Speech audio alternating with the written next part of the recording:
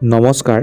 আজি আমি তোমালোকৰ সৈতে আলোচনা কৰিব লৈছোঁ হনুমন্তৰ লংকা দৰ্শন লেচন 2ৰ পাঠভিত্তিক প্ৰশ্নোত্তৰ শিতান। গতিকে তোমালোকে নিশ্চয় ভিডিঅ'টো সম্পূৰ্ণৰূপে চাই থাকিবা। প্ৰশ্নাৱলী ভাৱ বিষয়ক 1 নম্বৰ চমুকৈ উত্তৰ দিয়া। ক প্ৰশ্নটো কৈছে মাধৱ কন্দলী কোন আছিল? উত্তৰ হ'ব মাধৱ কন্দলী চতুৰ্দশ শতিকাৰ অসমীয়া সাহিত্যৰ শংকৰ-পূব যুগৰ শ্ৰেষ্ঠ কবি আছিল। খ নম্বৰ প্ৰশ্নটো চোৱা মাধৱ কন্দলীয়ে কোনখন মহাকাব্য অনুবাদ কৰিছিল? উত্তৰ হ'ব মাধৱ কন্দলীয়ে বাল্মীকি ৰচিত সংস্কৃত ৰামায়ণ মহাকাব্যখন অসমীয়ালৈ অনুবাদ কৰিছিল। গ নম্বৰ প্ৰশ্নটো কৈছে মাধৱ কন্দলীৰ ৰামায়ণত কেইটা কাণ্ড পোৱা যায়? উত্তৰ হ'ব বৰ্তমান মাধৱ কন্দলীৰ ৰামায়ণৰ 5টা কাণ্ডহে পোৱা যায়, আদিকাণ্ড আৰু উত্তৰাকাণ্ডৰ বাহিৰে। গতিকে বেকেটত যে লিখিছোঁ তোমালোকে নিলিখিলেও হ'ব, মাত্ৰ জানি থবা যে কোন দুটা কাণ্ডৰ বাহিৰে পোৱা যায়। ঠিক আছে। ঘৰটো চোৱা মাধৱ কন্দলীক শংকৰদেৱে কি কবি বুলি অভিহিত কৰিছিল? উত্তৰ হ'ব শংকৰদেৱে মাধৱ কন্দলীক অপ্ৰমাদী কবি বুলি অভিহিত কৰিছিল। 19 নম্বৰ প্ৰশ্নটো চোৱা মাধৱ কন্দলীৰ ৰামায়ণত বৰ্তমানে সন্নিৱিষ্ট কোনটো কাণ্ড শংকৰদেৱে ৰচনা কৰে? উত্তৰ হ'ব মহাপুৰুষ শংকৰদেৱে উত্তৰাকাণ্ড ৰচনা কৰিছিল। প্ৰথম প্ৰশ্নটো কৈছে হনুমন্তৰ লংকা দৰ্শন কাব্যাংশ কোনটো কাণ্ডৰ পৰা লোৱা হৈছে? উত্তৰ হ'ব এই কাব্যাংশটো ৰামায়ণৰ সুন্দৰাকাণ্ডৰ পৰা লোৱা হৈছে। এতিয়া চোৱা 2 নম্বৰ প্ৰশ্নটো মাধৱ কন্দলীৰ বাহিৰে শংকৰ-পূব যুগৰ কবি কেইজনৰ নাম লিখা বা উল্লেখ কৰা। উত্তৰ মাধৱ কন্দলীৰ বাহিৰে শংকৰ-পূব যুগৰ আন কেইগৰাকীমান উল্লেখযোগ্য কবি হ'ল হেম সৰস্বতী, হৰিবৰ বিপ্ৰ, কবিৰত্ন সৰস্বতী আৰু ৰুদ্ৰ কন্দলী।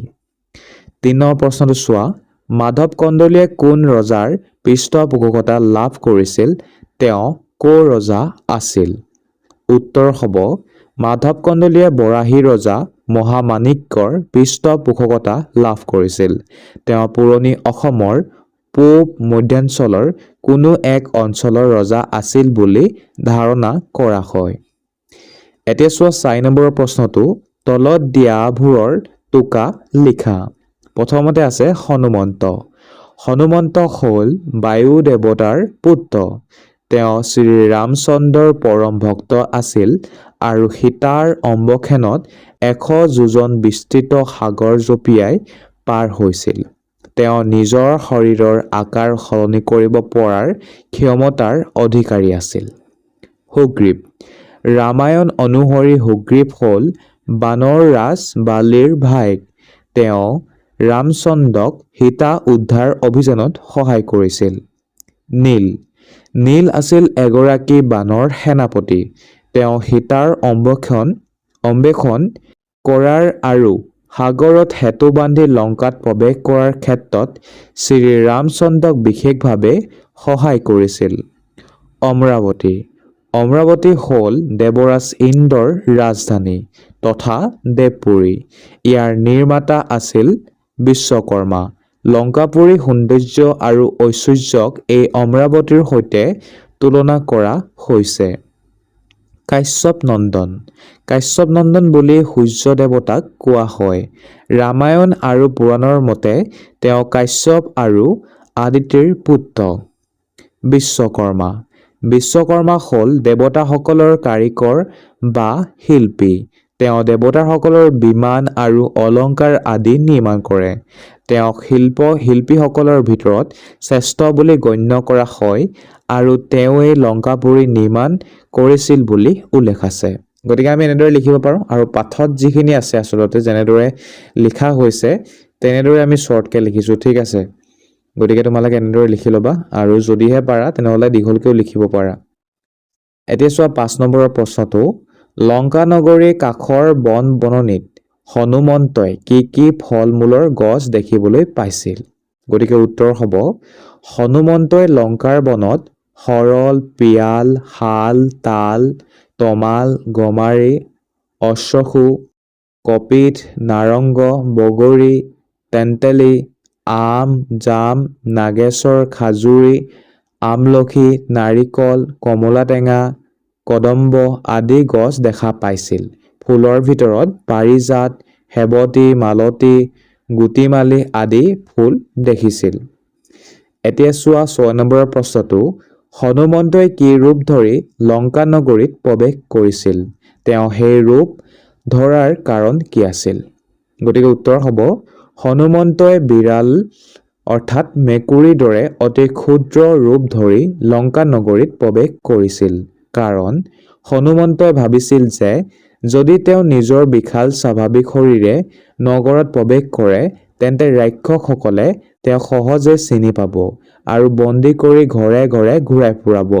শত্ৰুৰ চকুত নপৰাকৈ আৰু কোনো বাধা নোহোৱাকৈ লংকাৰ গড় আৰু নগৰখন পৰীক্ষা কৰিবৰ বাবে তেওঁ মেকুৰীৰ দৰে সৰু ৰূপ ধাৰণ কৰাটোৱেই উচিত বুলি বিবেচনা কৰিছিল। এতিয়া চোৱা তাৰ পাছত 7 নম্বৰৰ প্ৰশ্নটো। হনুমন্তই গধূলি সময়ত দেখা লংকা নগৰী এটি বৰ্ণনা দিয়া। গধূলি সময়ত হনুমন্তই দেখা লংকা নগৰীখন ইন্দ্ৰৰ ৰাজধানী অমৰাৱতীৰ দৰে অতি ধুনীয়া আছিল। বিশ্বকৰ্মাই নিৰ্মাণ কৰা এই নগৰখনৰ চাৰিওফালে সোণৰ ওখ গড় আছিল। সেই গড়ৰ ঠায়ে ঠায়ে হীৰা-মণি মুকুতাৰ দৰে দামী ৰত্নবোৰ জিলিকি আছিল। নগৰীখনৰ পৰিৱেশ ইমানেই উজ্জ্বল আছিল যে গধূলিৰ সময়তো ই অতি আচৰিত আৰু সুন্দৰ দেখিছিল। এতিয়া চোৱা তাৰ পাছত 8 নম্বৰ প্ৰশ্নটো।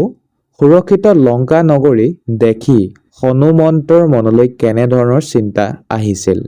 উত্তৰ হ'ব লংকা নগৰী সুৰক্ষা আৰু দুৰ্গম গড় দেখি হনুমন্ত চিন্তিত হৈ পৰিছিল।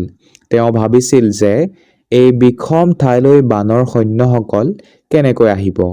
তেওঁৰ মতে কেৱল তেওঁ নিজে, অংগদ, সুগ্ৰীৱ আৰু নীল এই 4জনৰ বাহিৰে আন কোনো বানৰে সাগৰ পাৰ হৈ ইয়ালৈ অহাটো অসম্ভৱ। আনকি ইমান সুৰক্ষিত নগৰত শ্ৰীৰামচন্দ্ৰই আহি কি কৰিব পাৰিব সেই লৈও তেওঁৰ মনত অলপ চিন্তাৰ উদয় হৈছিল। গতিকে ছাত্ৰ-ছাত্ৰীসকল অনুৰোধ কৰিম তোমালোকক, যদি তোমালোকে ইমানলৈকে ভিডিঅ'টো চাই আছা নিশ্চয় এটা লাইক কৰি দিবা আৰু চেনেলটো নিশ্চয় ছাবস্ক্ৰাইব কৰি ল'বা। কমেণ্ট বক্সত নিশ্চয় তোমালোকে জনাবা প্ৰশ্নোত্তৰখিনি ভাল হৈছেনে নে ইয়াতকৈ উন্নত কৰিব লাগিব। নিশ্চয় জনাবা তলৰ কমেণ্ট বক্সত কমেণ্ট কৰি, ঠিক আছে। এতিয়া চোৱা 9 নম্বৰৰ প্ৰশ্নটো।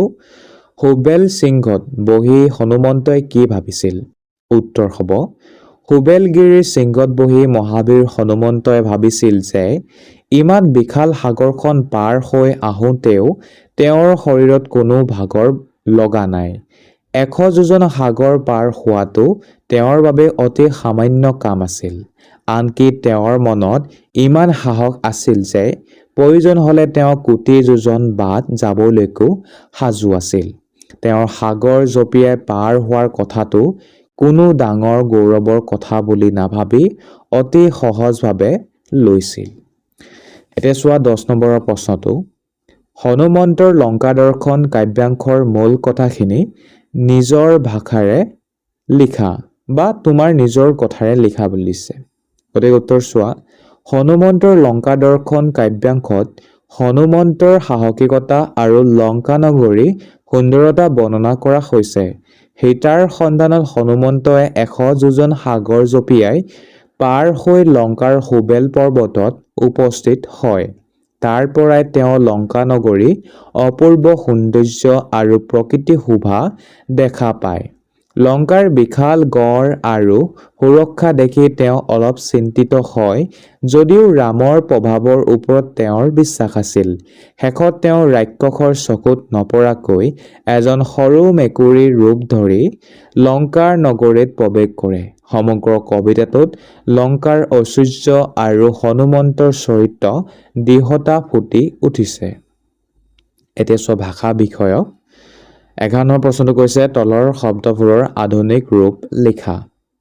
কণ্টকী কাঁইটীয়া গছ, ছাতিয়াল হ'লে হ'ব ছটিয়না গছ, তহিতে হ'লে হ'ব তাত, দেখিলন্ত হ'লে হ'ব দেখিলে।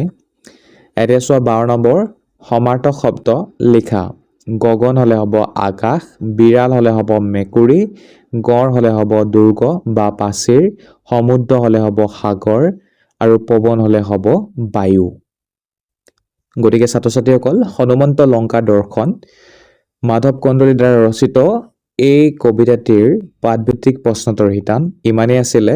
আশা কৰিছোঁ তোমালোকে এই ভিডিঅ'টোৰ পৰা উপকৃত হৈছা, আৰু যদি উপকৃত হৈছা নিশ্চয় এটা লাইক কৰি দিবা, লগতে চেনেলটো নিশ্চয় ছাবস্ক্ৰাইব কৰি ল'বা, আৰু নিশ্চয় কমেণ্ট বক্সত তোমালোকৰ ফিডবেক জনাবা যে প্ৰশ্নোত্তৰখিনি তোমালোকে কেনেকুৱা পালা। যদিহে ভাল পালা, ভাল লাগিছে বুলি নিশ্চয় জনাবা, আৰু যদিহে কিবা উন্নত কৰিব লাগে বুলি তোমালোকৰ বোধ হৈছে বা মনত তোমালোকে ভাবিছা তেনেহ'লে নিশ্চয় জনাবা যাতে আমি উন্নত কৰিব পাৰোঁ। গতিকে ছাত্ৰ ছাত্ৰীসকল ভিডিঅ'টো ইমানতে সমাপ্ত কৰিছোঁ। ভিডিঅ'টো চোৱাৰ কাৰণে তোমালোকক পুনৰ এবাৰ ধন্যবাদ। জয় অসম।